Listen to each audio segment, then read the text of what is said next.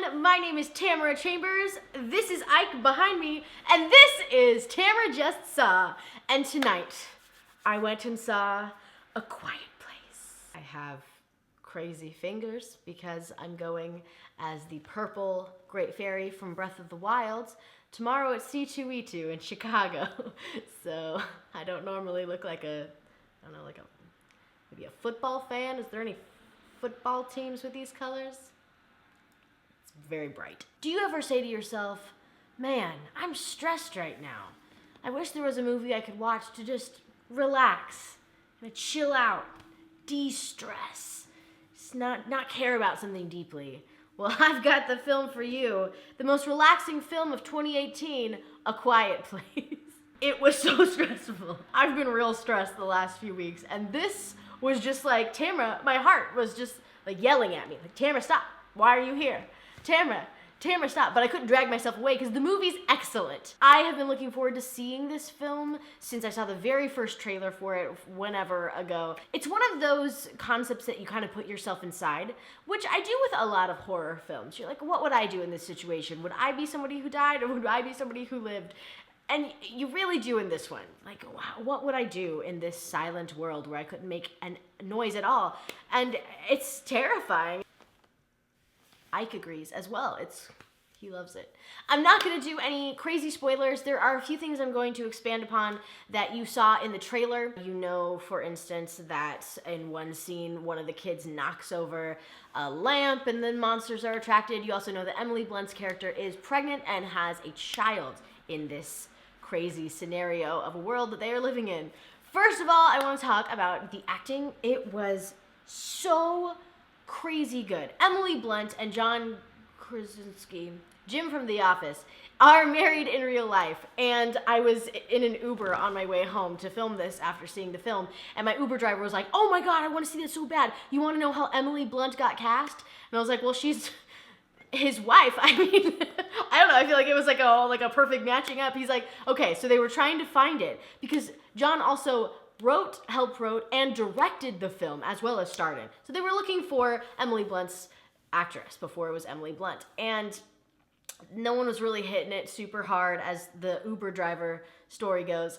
And they were on a flight, Emily and John, and he fell asleep, and she started reading the script. And she woke him up and was like, I'm gonna do this. I'm gonna be in this. So she auditioned for it and was, of course, just a goddess among men because she's so good. She was incredible, especially in some of the tenser moments. Specifically, her having a child was so stressful, but so good. I'll say, usually seeing a horror film in theaters, the audience is like reacting to things, like screaming or like jolting, or, you know, like making like a remark in the back that's supposed to be funny to kind of relieve everyone because you make jokes when you're scared.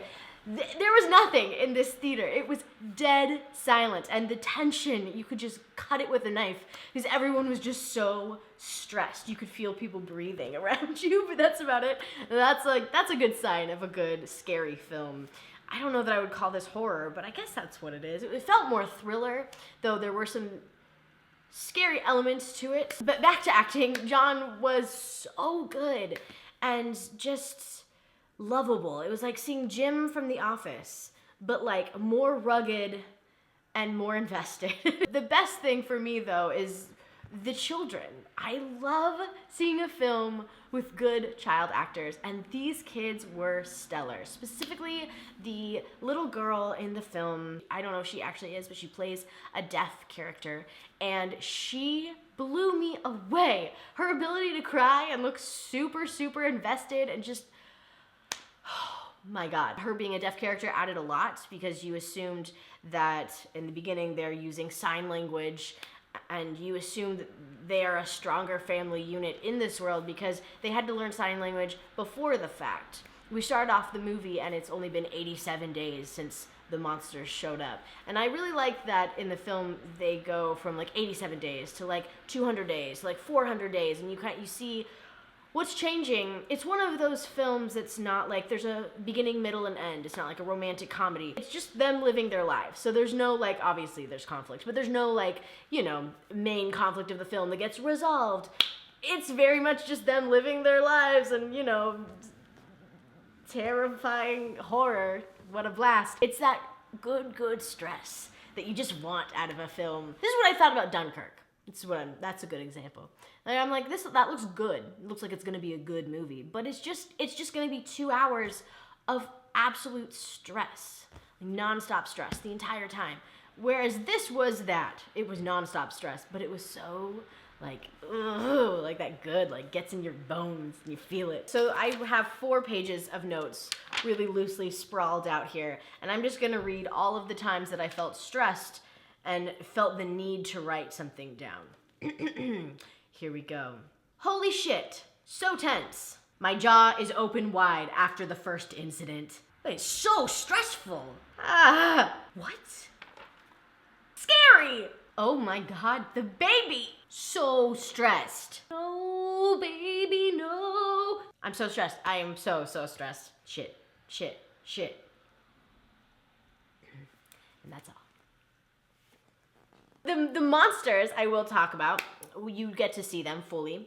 And I like the design. I think they were solid. I know that's like a very touchy subject for a lot of horror films or thriller films, Signs being an example of that. But I really enjoyed seeing the monster, and I enjoyed how they move very fast. So I enjoyed seeing them kind of in the beginning, and then you get a real good look at him as the movie goes on. It reminded me of a movie that I just watched on Netflix. It's a Netflix original horror film. It's called The Ritual, which I just thought was so killer, so good.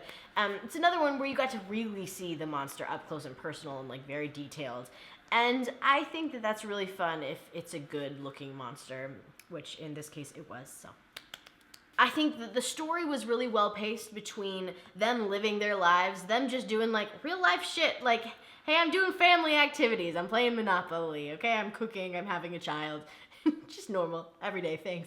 They also cut it really well with scary things and big events with the monsters. It's really well paced. If you don't love me at my Devil Wears Prada, you don't deserve me at my A Quiet Place. Memes. So relevant. It's not gonna age well. There were a couple parts that were a little like, oh, that could be a hole in the story. You find out that there's a weakness to the monster, and I thought that it was a very obvious thing, not in the way that it was explored through the family, but in a way that like these monsters are plaguing the world right now. You would think that somebody would have thought of the solution. It's pretty obvious. So that was a weird thing. I also thought that the first incident that I spoke of earlier, without giving anything away, something bad happens, and it was pretty avoidable. So it definitely furthered the plot, but it felt like, we probably could have let that not happen. But I mean, they needed it for the story, so I mean, it made sense. But yeah. One thing I found to be a little weird is that Emily Blunt's character, 400 days in, still has blonde hair that you can tell has been colored. So, I mean, I don't know, take time for yourself. But it just was a little weird that, like, you're dyeing your hair blonde. I don't know. That shouldn't have bothered me. I don't know why it did, but it did. Overall, though, the story was incredibly engaging, super well written, and these actors just took a really solid story and just really pushed it over the edge. It was so engaging, so thrilling. Damn. Keep doing this with my hands. I really wish that it didn't cut off where it cut off. I just wanted more. I wanted to watch more of it. I would absolutely recommend seeing this film. It was so good. And even if you don't love horror, it's just on the line of thriller/horror. I would still say that if you're not a fan of horror, that you would be okay with this. It's gonna be a thrilling night, but that you would truly be okay with it. It's so good, and it's definitely gonna keep me thinking for a long while. I loved the concept. I love how far they took the concept, and I totally recommend this film. It was so good. Thank you so much for watching. Wonder how many times I said good and thrilling in that reaction.